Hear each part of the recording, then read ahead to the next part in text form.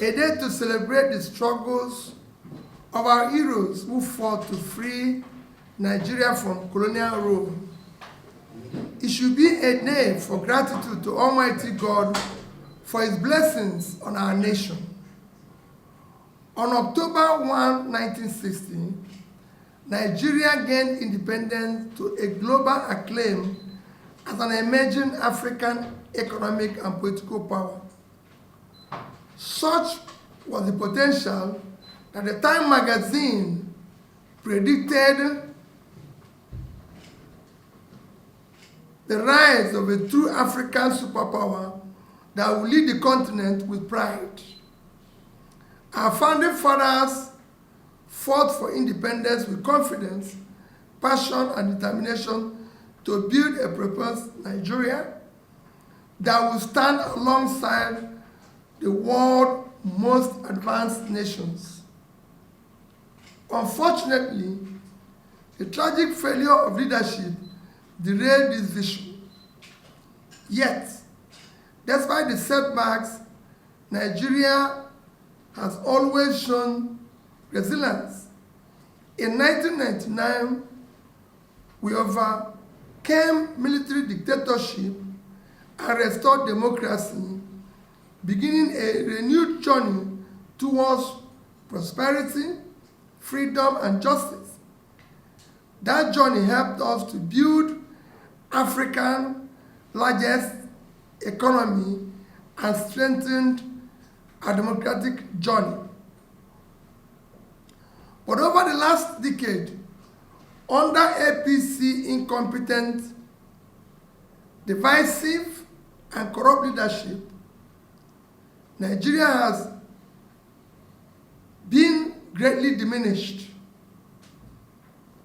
In 2007, our total debt was about 2.5 trillion. Only about 10% of our GDP, after President Obasanjo's government has successfully secured debt forgiveness of over $30 billion. By 2014, Nigeria had become Africa's largest economy and was primed to achieve middle income status. In 2015, for the first time, a ruling party was defeated in a presidential election, marking another milestone for our democratic journey. Today, the picture is bleak. Our total debt stands at about 170 trillion, nearly 50% of our GDP, without any improvement in our productive sector. Nigeria has now fallen to the fourth largest economy in Africa, behind South Africa, Egypt, and Algeria. Our democracy is now described as undemocratic. In just 1 year of this administration, 15 million Nigerians were pushed into acute poverty. Today, more than 150 million Nigerians lack access to basic health, education, water, and sanitation. The number is growing daily under the APC government that pursues brutal revenue-driven policies while ignoring the people's welfare. Nigeria now ranks among the lowest in the world in human development indicators. This government taxes struggling citizens and small businesses heavily while indulging in extravagance. Billions are spent on new presidential jets, yachts, and luxury cars. The cost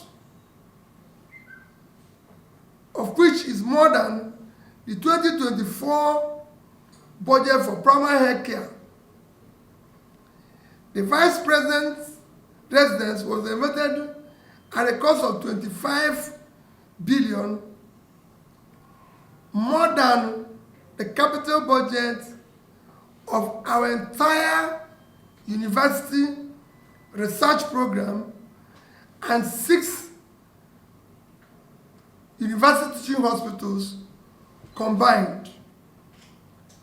Over 10 billion was budgeted for National Assembly, car park and canteen, more than the capital budget of Ministry of Science and Technology. At a time, science is crucial for national growth. Meanwhile, Nigerians pay more for everything now and receive less. Passports, permits, electricity, petrol, food, rent, healthcare, all cost more. Yet, power supply remains unreliable, food insecurity deepens.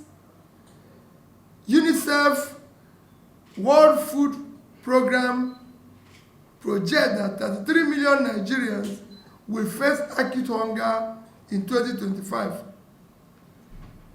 This government borrows recklessly, not for investment in productive infrastructure, but for wasteful consumption.